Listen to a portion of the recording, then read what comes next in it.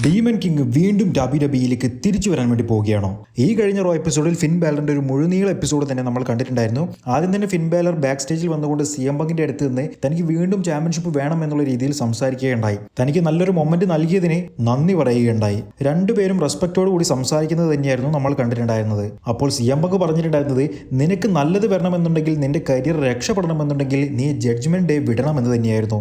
നിനക്ക് ഇനി ചാമ്പ്യൻഷിപ്പ് വേണമെന്നുണ്ടെങ്കിൽ നീ പോയി റോയൽ റംബിൾ വിജയിക്കുക എന്ന് പറഞ്ഞു വിടുകയുണ്ടായി. അങ്ങനെ ഫിൻ ബാലർ പോയിട്ടുണ്ടായിരുന്നത് റോ ജനറൽ മാനേജർ ആയിട്ടുണ്ടായിരുന്ന ആദം പിയേഴ്സിന്റെ അടുത്തേക്കായിരുന്നു. അദ്ദേഹത്തോടായിട്ട് പറയുകയുണ്ടായി, ഞാൻ ഒഫീഷ്യലായിട്ട് റോയൽ റംബിളിൽ ഇൻ ആയിട്ടുണ്ട് എന്ന്. അപ്പോൾ ആദം പിയേഴ്സ് പറഞ്ഞു, റോയൽ റംബിൾ ഫുൾ ആയിട്ടുണ്ട്, ഇനി ഫിൻ ബാലറിന് അതിൽ കയറാൻ കഴിയില്ല, ഐ എം സോറി എന്ന്. ഇതോടുകൂടി സങ്കടപ്പെട്ടു പോകുന്ന ഫിൻ ബാലറിനെയായിരുന്നു നമ്മൾ കണ്ടത്. എന്നാൽ അതേ റോ എപ്പിസോഡിന്റെ ഏറ്റവും അവസാനം സിഎം പങ്കിനെ വന്നുകൊണ്ട് ഇതേ ഫിൻ ബാലർ അറ്റാക്ക് ചെയ്യുകയും ഉണ്ടായി. എന്റെ ഒരു അഭിപ്രായത്തിൽ റോയൽ റംബിളിൽ ഫിൻ ബാലറിനെ ജോയിൻ ചെയ്യിപ്പിക്കില്ല എന്ന് പറഞ്ഞതുകൊണ്ട് തന്നെ അദ്ദേഹം ഏതെങ്കിലും ഒരു റെസ്ലറിനെ അറ്റാക്ക് ചെയ്തുകൊണ്ട്, അല്ലെങ്കിൽ അറ്റാക്ക് ചെയ്യപ്പെട്ടുകൊണ്ട് ഏതെങ്കിലും ഒരു റെസ്ലർ കിടക്കുന്ന രീതിയിലുള്ള ഒരു സ്റ്റോറി ലൈൻ കാണിച്ചുകൊണ്ട് അവിടെ നിന്നും ഡീമൻ കിങ് വന്നാലോ, എല്ലാവരെയും പേടിപ്പെടുത്താനായി വന്നാലോ, റോയൽ റംബിൾ വിജയിച്ചാലോ, 2026 ഡീമൻ കിങ്ങിൻ്റെതായാലോ, അതിന്റെ സൂചനയായിരിക്കുമോ കഴിഞ്ഞ റോ എപ്പിസോഡിൽ നമ്മൾ കണ്ടിട്ടുണ്ടായിരിക്കുക. എന്തായാലും ഫിൻ ബാലർ ജഡ്ജ്മെന്റ് ഡേ വിടണം എന്നുള്ളതും ഒരു സിംഗിൾ സൂപ്പർ സ്റ്റാർ ആയി മാറണം എന്നുള്ളതും എല്ലാവരുടെയും ആഗ്രഹം തന്നെയാണ്. അദ്ദേഹത്തിന് ഇപ്പോഴെങ്കിലും അത് കിട്ടിയിട്ടില്ല എന്നുണ്ടെങ്കിൽ ഇനി കിട്ടാനേ പോകുന്നില്ല.